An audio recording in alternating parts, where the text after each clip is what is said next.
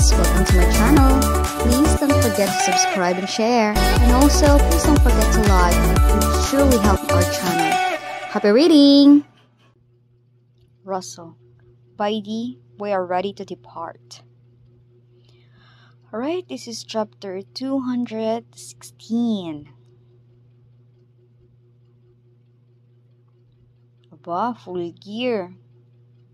Poging-pogi ah. Fine.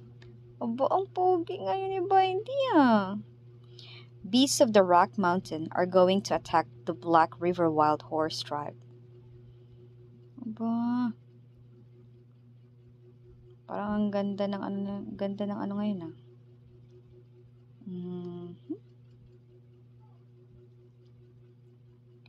Bidey's here.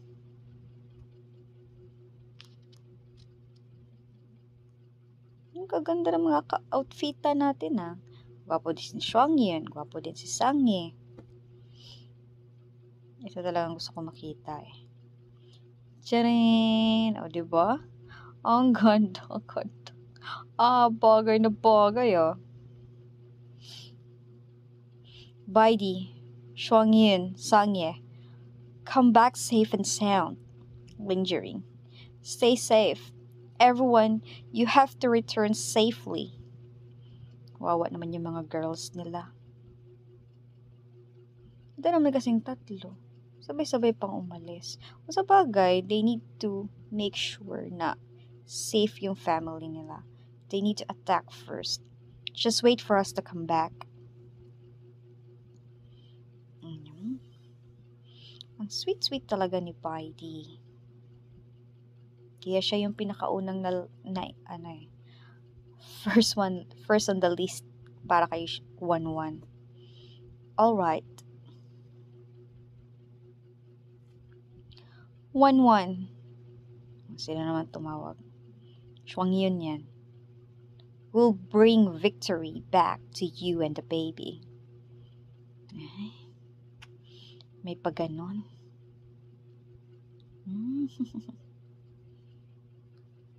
May pakis pa. Of course, siguro iniisip talaga ni Xuangyun sa kanya yung baby. Sa tingin nyo, kanino talaga kaya yung baby? Ano? Feeling ko kay Bidey. 1-1! Nag-ihimok na. Ito talaga yung nakakatuwa kay Xuangyun eh. Ano siya, nagiging isip bata siya pag nandyan si 1-1. Pero pag wala naman, matino naman siya. Minsan. 1-1, trust me, we're gonna make it back. Ito naman isa. Di ba? Buhok lang hinalikan. Okay na siya dyan.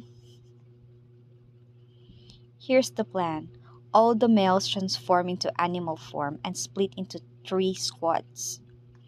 3 squads. Ah, so isa-isa sila. Si Bidey, si Xuangyun, si tama nga ako. Xuangyun, Bidey, and Sangye will each lead a team and head to the spots for ambush. Diba? Foging-foggy. Silang tatlo talaga. Make sure talaga nila na walang matitira sa horse tribe. Para make sure nila na safe si 1-1. And together with their tribe. Tatlong pila, charot. Tatlong hanay. Russell. Siyempre, di ba, nakakakaba.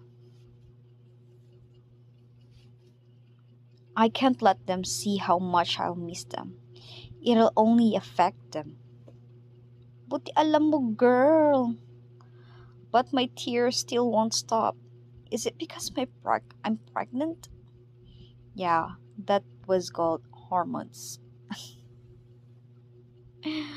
Yuck yarn.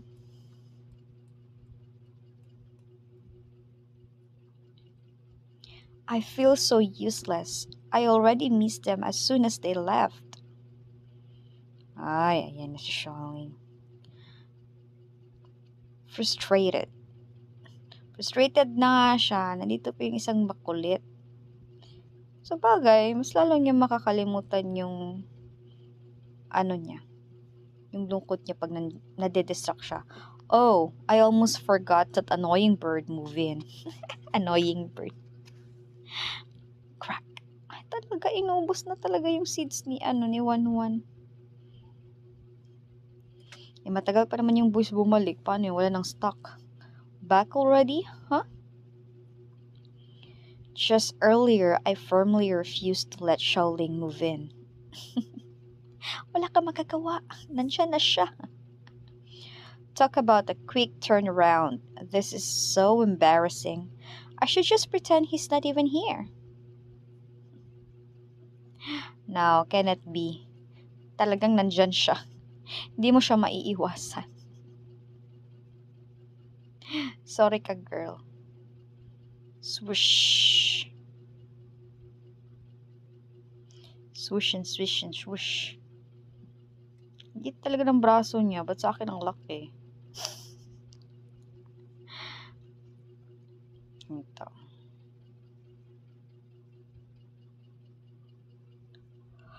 Ay, nagugulit na naman si Xiaoling. Ang kulit, ang kulit, ang kulit-kulit. Can't you just get out? Ayaw niya, makulit nga, di ba? But I promised Baidi that I'd help take care of you. So I have to keep an eye on you all the time. Palusot mo, boy. Luma na yan. Gusto mo lang talaga siya makita lagi. He made a good point, and I can't argue over that. Sorry ka, girl. Sorry ka talaga. Forget it. Let's see what Baidi left for us to eat. Ay, napaka-thoughtful talaga ni Baidi. Laging nangiiwan talaga ng pagkain, making sure Wanwan is always full. Ah, it's the wild chicken Baidi hunted earlier. Tapos bird si Xiaoling. The feathers actually look pretty cool. We could use them as decorations. Gagawin pang decoration. Thank you for reading with me, everyone. Until the next chapter. Bye!